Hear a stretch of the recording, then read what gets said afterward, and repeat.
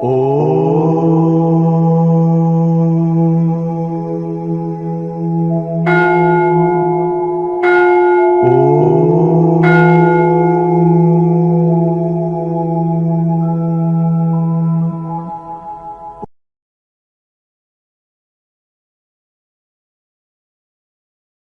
స్వరూపులారా, క్రియాయోగంలో అనేకమైన ప్రశ్నలకు జవాబు చెప్పుకుంటున్నాము. శ్రీరామ్ గారు. స్వామీజీ నమస్కారం. అండి స్వామీజీ, సాధన నేర్చుకున్నాక గురుగారు అవసరం ఏముంటుంది అంటే ఇక్కడ చూడండి, మనము స్కూల్కు వెళుతుంటాము, చదువుకుంటుంటాము. కానీ మధ్య మధ్యలో సందేహాలు వచ్చినప్పుడు మనము టీచర్ని అడుగుతుంటాము కదా. ఇప్పుడు మనం పుస్తకాలు తెచ్చుకొని ఇంటి దగ్గరనే చదువుకోవచ్చు కదా. మరి ఎందుకు రోజు కాలేజీకి వెళ్తుంటాము, రోజుకు పోయి క్లాసులు అటెండ్ అవుతుంటాము, అనుభవజ్ఞుల దగ్గర ఎందుకు చెప్పించుకుంటుంటాము? ఎన్నో డౌట్లు వస్తుంటాయి అనుకో. ఆ డౌట్లు తీర్చుకుంటేనే మనం ముందుకు వెళ్ళగలుగుతాము. మధ్య మధ్యలో గురువుని కూడా ఏమైనా సందేహాలు ఉన్నామా, మన దృష్టికి మనం చక్కగానే చేస్తున్నట్టు అనిపిస్తుంది. అది తప్పుగా చేసినా నిద్రను కూడా సమాధిగానే ఫీల్ అవుతాము. అలాగే కల వచ్చిన హాస్టల్ ట్రావెలింగ్గా ఫీల్ అవుతాము. అందుకని ఉపనిషత్తులని ఉండాలి. గురువుని తరించిన దాకా విడవరాదు. అప్పుడప్పుడు మనం వీలైనప్పుడల్లా గురువు అంటే మనం నిర్దేశించవచ్చు. గురువు చెప్పిన సమయంలోనే వెళ్ళాలి. ఆయనకు తపస్సుకు ఆటంకం కలిగియొద్దు. గొప్ప గొప్ప మహానుభావులు ఎప్పుడు తపస్సులో ఉంటారు. ఋషులు, నిజమైన ఋషులు. సముద్రాన్ని కట్టలేకున్నా జనాల మీద వచ్చి పడదు, అద్దు దాటదు. ఋషి కూడా తన అద్దు దాటకుండా తన నియమాల్ని దాటడు. తన నియమాలు తనే కట్టుబడి ఉంటాడు. గొప్ప గొప్ప ఋషులు కూడా, మీరు చరిత్రలో నిలిచిన ఋషుల చరిత్ర అంతా తీసుకోండి. ఏకాంతంలో ఉన్నారు. శిష్యులందరినీ వాళ్ళ దగ్గరికి రప్పించుకునేది, ఓ నియమాలు పెట్టుకుని ఉండేవాళ్ళు.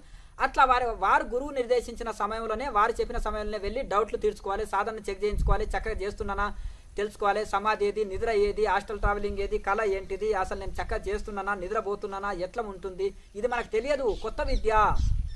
భౌతిక విద్యలోనే ఎన్నో అవకతవకలు జరుగుతాయి. ఇక బ్రహ్మ విద్యలో ఇంకా ఎంత ఇది జరుగుతావు చూడండి. ఎప్పటికప్పుడు గురువు పర్యవేక్షణలో ఉండాలి. అప్పుడప్పుడు చెక్ చేయించుకోవాలి. తరించిన దాకా గురువుని విడవరాదు. అప్పుడప్పుడు వచ్చి చెక్ చేయించుకొని ముందుకెళ్తుండాలి. గురువు సూచనలను మనం పాటిస్తుండాలి. గురువు వాక్యాలు, గురువు రాసిన పుస్తకాలని పరిశీలిస్తుండాలి. గురువు గారి ఉపన్యాసాలని పరిశీలిస్తుండాలి, వింటుండాలి. గురువు మాటలు వింటుంటే గురువు చింతన ఉన్నట్టే, గురువు పుస్తకాలు చదివితే గురువు చింతన ఉన్నట్టే. ఇంకేదన్నా అప్పుడప్పుడు కలిసి ఏదన్నా ముఖ్యమైన విషయాలు ఏమన్నా ఉంటే డౌట్లు తీర్చుకొని ముందుకెళ్తుండాలి. అలాగే గురువుని స్వయంగా ఉండి దగ్గరికి వెళ్ళి కూడా సాధన చెక్ చేయించుకొని ఏ స్థితిలో ఉన్నాననేది తెలుసుకుంటుండాలి. స్వామీజీ, క్రియను ధారణ, ధ్యాన, సమాధి అని ఎందుకంటారు? క్రియలో ఎందుకంటే ఈ యొక్క క్రియ ధారణ, ధ్యాన, సమాధి అండి. ఎందుకంటే ప్రత్యాహారం నుంచి క్రియాయోగం స్టార్ట్ అవుతుంది. ఈ పతంజలి మహర్షి చెప్పిన తపస్వాధ్యాయ ఈశ్వర ప్రణిధానాన్ని క్రియాయోగ, అష్టాంగంలోని ఒక భాగమే క్రియాయోగము. ఇది ప్రత్యాహార ధారణ, ధ్యాన, సమాధి నుంచి, ప్రత్యాహార ధారణ ధ్యానం నుంచి స్టార్ట్ అయ్యి సమాధి స్థితి అందిస్తుందండి. ఈ మొదలు ఈ కేచరముద్రలో చేసేది, కేచరముద్రలో ఉండేది దీన్ని ప్రత్యాహారము అంటారు. ప్రత్యాహారం అంటే కూర్ము అంగారి సర్వశ, తాబేలు అన్ని అవయవాన్ని లోనికి లాక్కునేది ప్రత్యాహారం అంటారు. ఎగ్జాంపుల్ తాబేలు. దీన్ని మనం కేచరముద్ర ద్వారా అన్నిటిని లోనికి లాక్కుంటున్నాము. అలాగే మనం అంతర్ముఖం అవుతున్నాము. మనసు దృష్టి ఆజ్ఞచక్రంలో, శ్వాసని ఆజ్ఞచక్రం నిలుపుకుంటున్నాము, జపం చేస్తున్నాము, నాలుగని పోల్డ్ చేసి ఉంటున్నాము. మనసుని బహిర్ముఖం ఉండే మనసుని అంతర్ముఖం లోనికి తిప్పుకుంటున్నాము. ఎలా అంటారు, ఒకటి హిందీలో ఒక సామెత ఉంటుంది, జీబు ఉల్టా, శ్వాస ఉల్టా, దృష్టి ఉల్టా. ఉల్టా ఉల్టా ఉల్టా ఏంటిదంటే, మన మనసు బహిర్ముఖం అయ్యేదాన్ని అంతర్ముఖం చేసుకుంటున్నాం, శ్వాసని బహిర్ముఖం అయ్యేదాన్ని అంతర్ముఖం చేసుకుంటున్నాం, దృష్టి బయట చూపుని లోపలికి తిప్పుకుంటున్నాం, నాలుక బయటికి ఉంటుంది, ఎప్పుడు మాట్లాడుతుంది బాబా, అది లోనికి తిప్పుకుంటున్నాము. అంటే అన్ని ఉల్టా ఉల్టా ఉన్నాయి చూడండి. బయటికి ఉండదు, అవి లోపలికి తిప్పుకుంటున్నాం అనమాట. ఈ అన్ని ఇంత అంతర్ముఖం చేసుకొని ప్రత్యాహారం చేస్తున్నాం ఇంద్రియాలని అన్ని కూడా. తర్వాత ధారణ, ఆత్మవస్తుని ధారణ చేస్తున్నాము, దాన్నే ధ్యానంగా, సమాధిగా మారుతుంది. అట్లా ఈ విధంగా ప్రత్యాహార, ధారణ, ధ్యాన, సమాధి ఈ క్రియాయోగం. అంతరంగిక సాధనలు యోగములో 4, అష్టాంగ యోగంలో 4 బహిరంగ సాధనలు, 4 అంతరంగిక సాధనలు. ఏదంటే యమ, నియమ, ఆసన, ప్రాణాయామ అనేది ఇవి బహిరంగ సాధనలు. ప్రత్యాహార, ధారణ, ధ్యాన, సమాధి అనేది ఈ అంతరంగిక సాధనలు గనక ఈ అంతరంగిక సాధనలే క్రియాయోగము. స్వామీజీ, గురువులు శిష్యులను ఎందుకు నిర్బంధిస్తారు?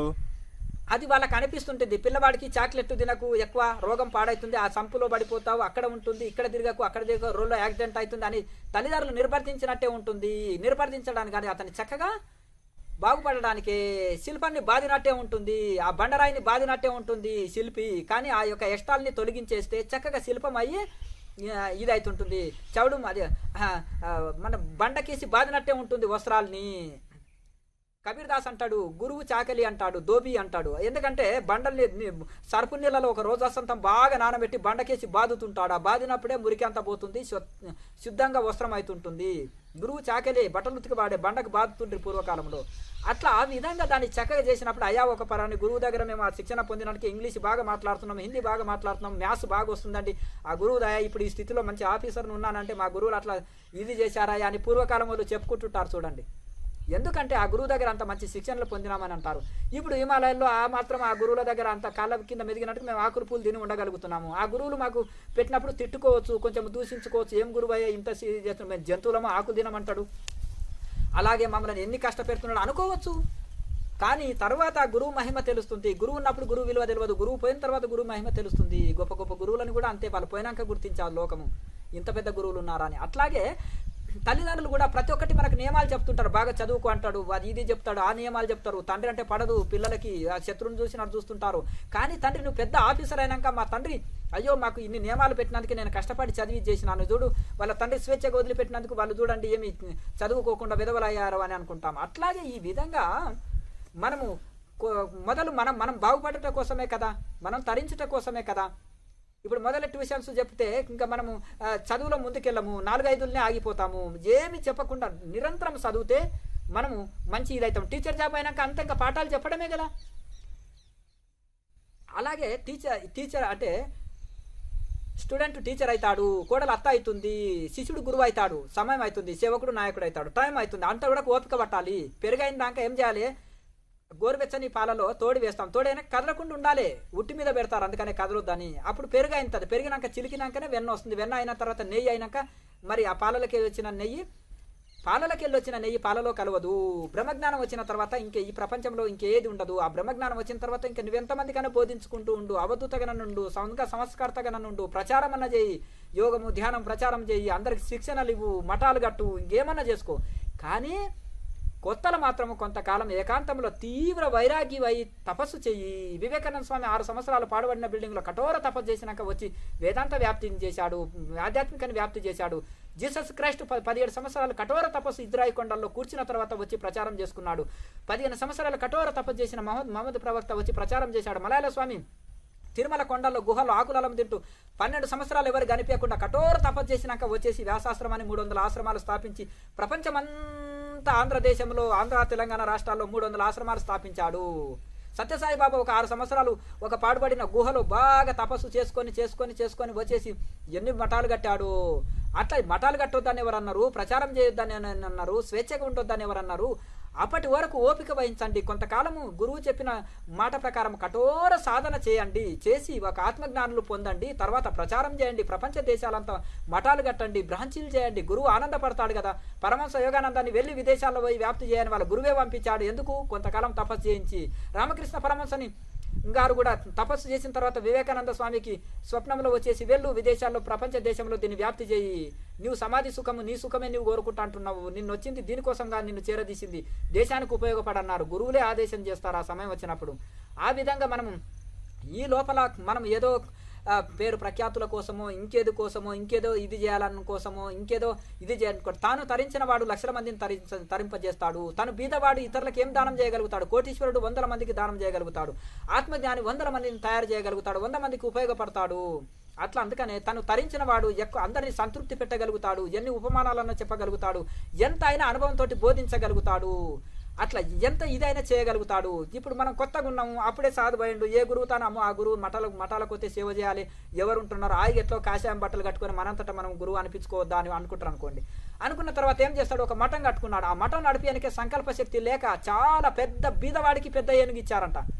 ఆ ఏనుగుకి మేత పెడతా ఆడవాడికే తిండి లేదు. అట్లాగే ఆ సంకల్ప శక్తి లేని మఠాన్ని నడపలేడు, 1000 మందికి అన్నదానాలు చేయలేడు, మఠాలు నడపలేడు, 1000 మందికి భోజనం పెట్టలేడు. అది నిర్వహించలేక చిన్న కప్పని పెద్ద పాము మింగొచ్చు, కానీ పెద్ద పాముని పెద్ద కప్పని చిన్న పాము మింగితే ఇద్దరికి అవస్థనే. అందుకని పెద్దలు చెప్తారు, ఒక 6 సంవత్సరాలు 10 సంవత్సరాలు తపస్సు చేయి ఏకాంతంలో, తర్వాత వచ్చి ఒక మఠం కట్టు, సునాయాసంగా మఠాన్ని నిర్వహించగలుగుతావు, సేవ చేయగలుగుతావు. 100 మంది చేయలేదు ఒకరు చేయగలుగుతాడు, గొప్ప గొప్ప సేవలు చేయగలుగుతావు. అందుకనే కొన్ని నియమాలు చెప్తారు గురువులు అనమాట. సంకల్ప శక్తి లేనిదే మఠం కట్టి నడిపియలేవు, ఎవరికి ఎక్కువ సేవ చేయలేరు, నీ ఆజ్ఞ ఎవరు వినలేరు. ఒక దివ్య శక్తి, ఒక సంకల్ప శక్తి ఉంటే నీ ఆజ్ఞ అందరూ అనుసరిస్తారు, నీ మాటని వేల మంది శిరసార వహిస్తారు. నీ వాక్కులో అప్పుడు పువ్వులో సువాసనలు వచ్చినప్పుడు తుమ్మెదలని విలువనక్కర్లేదు, అవే వచ్చేస్తాయి. నువ్వు అడవిలో కూర్చున్నా నీ కోసం శిక్షణ తీసుకోనికి వేల మంది నీ దగ్గరకు వస్తారు, శిక్షణ తీసుకుంటారు. నీ మాటలు వాళ్ళని సంతృప్తి కలిగిస్తాయి. నీ బోధనలు ఇది చేస్తావు, నీ మఠాన్ని చక్కగా నిర్వర్తించగలుగుతావు. లేకపోతే నువ్వు ఆ టెన్షన్లు పడి బీపీ షుగర్లు పెంచుకొని రోగాల పుట్ట శరీరం చేసుకొని బాడీ మైండ్ కంట్రోల్ లేకుండా నీవు దుఃఖిస్తావు, నా కర్మ నా గ్రహచారం అనుకుంటూ. అందుకని ఒక దివ్యశక్తి సంప్రాప్తమైనాకనే ఋషులు వచ్చి మఠాలు కట్టారు, ప్రచారం చేశారు. అప్పటి వరకు మాత్రం ఏకాంతంలో శిష్యుడు సాధన చేసుకోవాలనే గురువులు చెప్తారు తప్ప తన శిష్యుడు ఎదిగితే ఆనందమే కదా. తన రాజు కొడుకు రాజును రాజు తన కొడుకు రాజు కావాలనుకుంటాడు. ఒక గురువు తన శిష్యుడు తనకంటే గొప్పవాడు కావాలి, ప్రపంచ ఖ్యాతి పొందాలనుకుంటారు. ఎవరి శిష్యుడా అంటే పలాని గురువు శిష్యుడని గురువుకు మాత్రం పేరు రాదా? అప్పటి వరకు సహనం వహించాలి. రెక్కలు రాకముందే పక్షి పిల్ల ఏం చేసింది, ఎగరడానికి పోయిందంట. అది కింద పడితే పిల్లులో కాకులో తినేస్తాయి. అదే రెక్కలు వచ్చిన తర్వాత ఎగిరిపోతుంటుంది గాలిలో కింద. అలాగే ఒక కొమ్మ మీద పక్షి ఉంది అంటే సన్నటి కొమ్మ ఇరగదా అని అందరు చూస్తున్నారంట. ఆ రెక్కల బలం మీద ఆధారపడ్డది కాబట్టి కొమ్మ బలంతో కాదు అది. అందుకనే ఆ విధంగా యోగి సంకల్ప బలంతో ఎన్నో గొప్ప గొప్ప కార్యాలు చేస్తుంటారు. గొప్ప గొప్ప ఋషులు ఎంత మహత్తరమైన కార్యాలు చేసిపోయారు.